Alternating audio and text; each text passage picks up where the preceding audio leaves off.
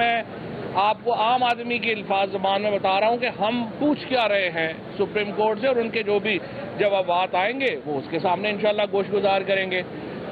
دیکھیے، مجھے لگتا ہے کہ اس میں کوئی شبہ نہیں ہے کہ بڑے یہاں پہ جس طریقے سے تحریک انصاف کی اور عمران خان کی جو حکومت ہے، جتنے بڑے مافیاز کے خلاف ہم نے اور عمران خان نے قدم لیے، ہمیں پہلے دن سے پتا تھا کہ یہاں سازشیں ہوں گی۔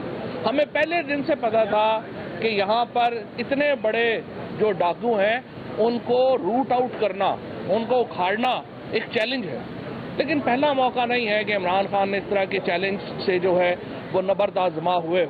عمران خان نے ہمیشہ زندگی میں بڑے چیلنج لیے ہیں اور ان کو بھی ہم انشاءاللہ تعالی انجام تک پہنچا کے دم لیں گے۔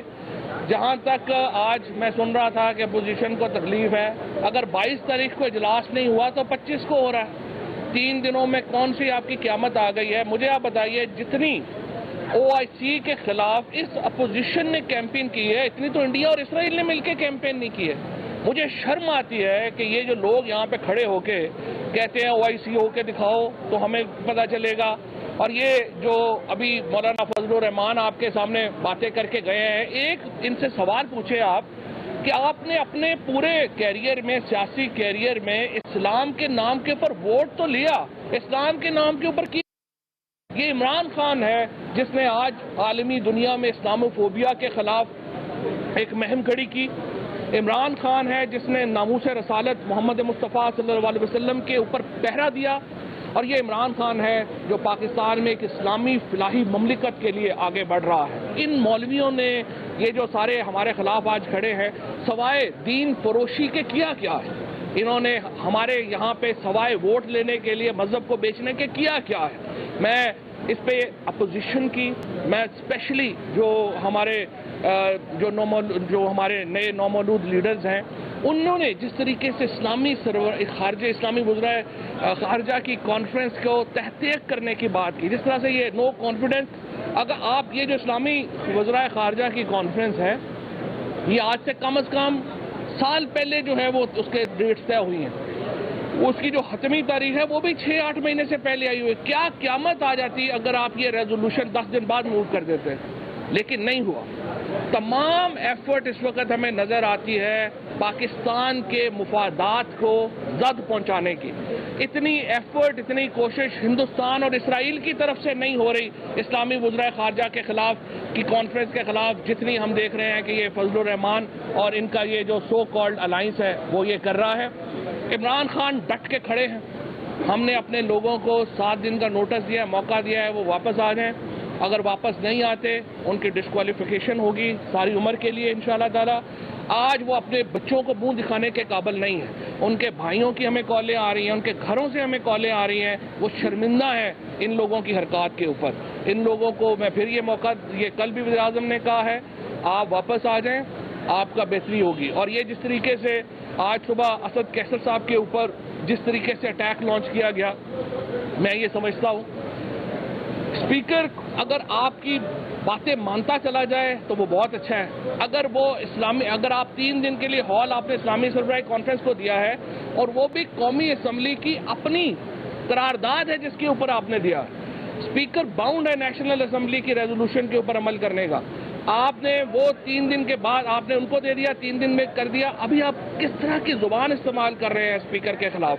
اور یہ سارے میں یہ سمجھتا ہوں کہ ایک اور صبح میں دیکھ رہا تھا کہ یہ کہہ رہے ہیں کہ یہ جی اپنا بڑی ہمارے اس وقت ایک جو مہم چلائی جا رہی ہے فوج کے اوپر، جس میں سارا PMLN کا میڈیا سیل ملوث ہے۔ PMLN کا میڈیا سیل PTI کے DPs بنا کر ان کے نام چینج کر کے فوج کے خلاف مہم چلا رہا ہے۔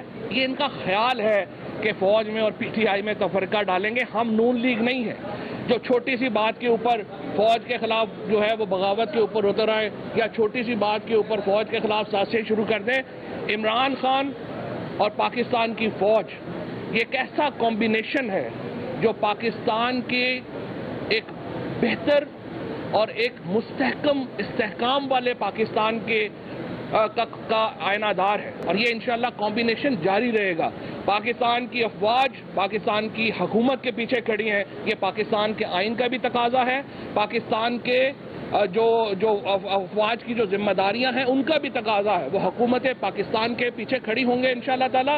اور کبھی بھی دیکھیے یہ معاملہ نہیں ہے، کبھی چور اور سپاہی بھی مل کے چل سکتے ہیں؟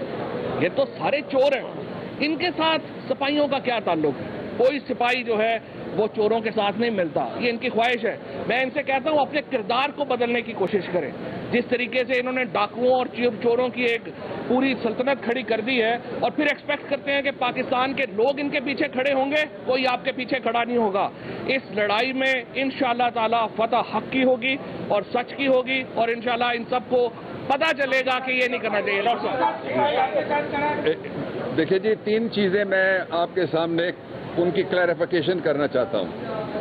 سب سے پہلے تو یہ ہے کہ جو اسپیکر صاحب نے اجلاس طلب کیا ہے 25 تاریخ کا، اس پہ اعتراض یہ کیا جا رہا ہے کہ وہ آئین کی گویا خلاف ورزی ہے۔ میں آپ کو کہتا ہوں آپ ابھی اپنا گوگل کریں، پاکستان کا آئین نکالیں اور اس کے اندر آپ کو 254(3) پڑھیں۔ اس میں لکھا ہوا ہے کہ اگر کسی جگہ کوئی وقت مقرر ہے اسمبلی کے اندر کوئی ایکٹ کرنے کا اور اس کے عرصے کے اندر وہ ایکٹ نہیں ہوتا تو اس گراؤنڈ پہ نہ اس کو چیلنج کیا جا سکتا ہے، نہ ہی یہ کہا جا سکتا ہے کہ کوئی غیر قانونی کام ہوا ہے۔ اس لیے اسپیکر صاحب نے آئین کے عین مطابق اپنا ڈیٹ طے کی ہے 25 تاریخ کی۔ دوسری چیز، سارے جاننا چاہتے ہیں کہ کب موشن آئے گی۔ موشن کے لیے 25 تاریخ کو جو موشن ہے وہ ایجنڈے پہ آنا ضروری ہے، لیکن اس کو پہلے موشن کو قرارداد کے طور پہ ان کو لیو لینی پڑے گی۔ شیڈیول 2 ہے رولز آف بزنس کا، رول 37 میں کوٹ کر رہا ہوں، اس کے مطابق اس کے بعد وہ قرارداد بنے گی، اور قرارداد کم از کم 3 دن میں اور زیادہ سے زیادہ 8 دن میں، جو مہینے کے اینڈ تک جاتا ہے، اس قرارداد پہ ڈیبیٹ ہوگی۔ قرارداد پہ دوسری سائڈ بولے گی، جو پروپوننٹس ہیں لے کے آئے ہیں، پروپوز کیا جنہوں نے قرارداد، ہم بھی بولیں گے، وہ اپنا نقطہ نظر دیں گے، حکومت پاکستان اور اس کے اتحادی اپنا نقطہ نظر دیں گے۔ تیسری بات جس کو میں کلیئر کرنا چاہتا ہوں وہ بات یہ ہے کہ کچھ لوگوں کا یہ خیال ہے کہ جب تک ووٹ نہیں ڈالا جائے گا ڈسکوالیفائی نہیں کیا جا سکتا۔ بہت اچھی بات ہے، سارا میڈیا یہاں پہ موجود ہے، ڈسکس ہوتا ہے شام کو۔ آج ذرا تھوڑا سا پڑھ کے اس کو ہم ڈسکس کریں گے۔ میں وکلا محاذ کا مقدمہ آپ کو بتا رہا ہوں۔ وکلا محاذ کے مقدمے میں سپریم کورٹ آف پاکستان نے آئین کے آرٹیکل 63A کی ڈیفینیشن دی ہے کہ وہ ہے کیا، اس کا ایکسٹینٹ کیا ہے، کرولری کیا ہے، اور اس کا ایکسٹینٹ کیا ہے۔ اس کے مطابق جو شخص پارٹی کے سربراہ کی ڈائریکشن، یہ لفظ ہے آئین میں بھی ہے، اس ججمنٹ میں بھی ہے، فالو نہیں کرے گا، وہ اس گراؤنڈ پہ وہ شخص ڈیفیکٹر سمجھ کے ڈسکوالیفائی ہو جائے گا۔ اس کا اگلا پہلو ابھی انفارمیشن منسٹر صاحب نے آپ کے سامنے رکھا کہ جو ڈیٹ طے ہوئی ہے اس کے لیے اسمبلی نے موشن کیری کی تھی۔ کس کی موشن تھی؟ سرکار کی نہیں، سمپل ووٹ سے پاس ہوئی تھی نہیں۔ یہ ساری پارٹیاں آج جو کہہ رہی ہیں کہ ہم نہیں ہونے دیں گے یہ اجلاس، اور پھر پہلے زہر اگلتے ہیں پھر زہر چاٹنا پڑ جاتا ہے، وہ سارے اس میں موجود تھے۔ سب نے یونینیمسلی یہ ہاؤس جو تھا وہ 23 تاریخ کے لیے اور اسلامی سربراہی کونسل کے اجلاس کے لیے، جو OIC کی منسٹرز کونسل کے اجلاس کے لیے وہ دیا ہے۔ آخری بات جو میں کہنا چاہتا ہوں وہ بھی اس بحث میں سے نکلتی ہے، وہ بحث یہ ہے کہ کیا اسپیکر کے پاس یہ اختیار ہے یا نہیں ہے۔ یہ میں آپ پہ چھوڑتا ہوں، ذرا اس کو آپ ضرور ڈیبیٹ کریں۔ ڈیبیٹ میں آپ پہ چھوڑتا ہوں کہ کیا اسپیکر کے پاس جب ووٹنگ ہو رہی ہو اور ووٹ باقاعدہ لکھ کے پرچی ملے گی تو اس کو ٹینڈر کیا جا سکتا ہے یا چیلنج کیا جا سکتا ہے یا نہیں کیا جا سکتا؟ جو بحث کر رہے ہیں میں ان سے درخواست کرتا ہوں آپ وکلا محاذ کا ججمنٹ پڑھیں سپریم کورٹ آف پاکستان کا، آپ آئین کے آرٹیکل 63A کی وہ جگہ پڑھیں جہاں پہ آخری بات میں کہنا چاہتا ہوں، پھر آپ کے سامنے حماد صاحب بھی بات کریں گے. آخری بات میں یہ کہنا چاہتا ہوں کہ سوال یہ اٹھ رہا ہے کہ کیا جو شخص ڈیفیکٹ کرے گا وہ تا حیات نااہلی ہوگی یا ٹائم باؤنڈ ہے. اس سلسلے میں جو فیصلہ ہوا، اس فیصلے میں سمیع اللہ بلوچ کا کیس ہے 2018 کا 405 PLD میں رپورٹڈ ہے، دیکھ لیجئے وہ بھی. اس میں وکیل تھا اور وہ فیصلہ بہت پہلے اس کے لیے مجھے لیو ملی تھی. وہ ایک عام کیس تھا بلوچستان کا. اس کے نتیجے میں جہانگیر خان ترین اور نواز شریف دونوں صاحبان ڈسکوالیفائی ہو گئے تھے. اس فیصلے میں سپریم کورٹ آف پاکستان نے 62(1)(f) کو ڈیفائن کیا ہے اور کہا ہے کہ اگر کسی جگہ ڈیکلریشن ہوگا کسی کورٹ کا کہ یہ نان پروفلیگیٹ ہے، صادق امین نہیں رہا، تو پھر اس کو ڈسکوالیفائی کیا جائے گا تا حیات. اس ججمنٹ کو سپریم کورٹ بار ایسوسیشن نے چیلنج کیا. اس ججمنٹ کے اوپر ریویو پٹیشن بھی خارج ہو چکی ہیں اور اس چیلنج کے اوپر جو آفس آبجیکشن آیا registrar of the supreme court کا، وہ بڑا ویلڈ ہے. ویلڈ اس لیے ہے کہ انہوں نے کہا کہ اس کیس کا فیصلہ ہو گیا، اس کی نظر ثانی کا فیصلہ ہو گیا، اب اس کو کسی طرح سے دوبارہ زندہ نہیں کیا جا سکتا. اور یہ سوال اٹھا تھا جب میں نے بھٹو شہید کے ریفرنس کے لیے اس عدالت میں کھڑے ہو کے میں نے استعفیٰ دیا تھا بطور وزیر قانون، اور وہ ریفرنس میں نے کانٹیسٹ کیا تھا جو ابھی پینڈنگ ہے. اس کے بعد جو 63A ہے، یہ 62 بھی نہیں ہے نہ 63 ہے، یہ ایک سیپریٹ آرٹیکل ہے. 62-63 میں طے شدہ ہے کہ جو عرصہ جس جگہ لکھا ہوا ہے نااہلی 3 سال بھی ہے، نااہلی 5 سال بھی ہے، اس عرصے کے لیے نااہل ہوگا. اور جو اس وقت اس بینچ میں شامل تھے ایز سینئر جج، ثاقب نثار صاحب چیف جسٹس تھے، اور آج جو موجودہ ہمارے چیف جسٹس صاحب ہیں محترم، ان کی لکھی ہوئی ججمنٹ ہے. وہاں چاہیے تھا ڈیکلریشن بائی اے کورٹ.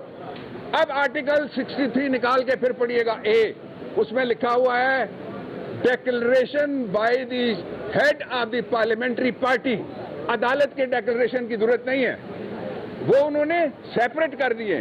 اس لیے جو ہی اگر کوئی واپس نہیں آتا جو دوست گئے ہیں، تو عمران خان جس وقت لکھیں گے کہ میں ڈکلیئر کرتا ہوں کہ یہ ڈیفیکٹ ہو گیا، آپ آئین پڑھ لیجئے، وہ ڈیفیکٹر پینلٹی کا حقدار ہو جائے گا. باقی پروسیس میں نہیں بتا سکتا، وہ ہماری اسٹریٹجی کا چونکہ حصہ ہے.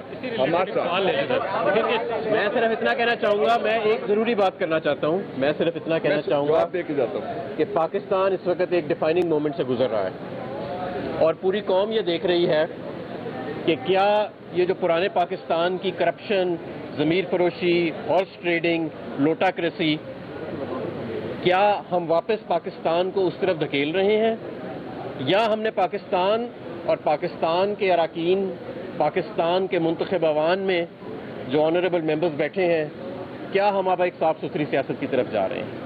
یہ واضح رہے کہ جب یہ قانون فلور کراسنگ لا کا پاس کیا گیا تھا تو انہی جماعتوں نے یہ پاس کیا تھا، اور اس وقت جو لیجسلیٹرز تھے ان کی نیت یہی تھی کہ یہی عمل جو آج دیکھا جا رہا ہے ایسا عمل نہ ہو سکے. تو یہ واضح رہنا چاہیے. اور میں آپ کو ایک اور بات بتانا چاہتا ہوں کہ اس وقت آپ اپنے گلی محلوں میں یہ کیمرے لے کے جائیں، عوام ایک طرف کھڑی ہے، پاکستان اور پاکستان کی عوام ایک طرف کھڑی ہے، اور چوری کا پیسہ، چوری کا سرمایہ اور چند ضمیر فروش اور چند ضمیر فروشوں کے سوداگر ایک طرف کھڑے ہیں.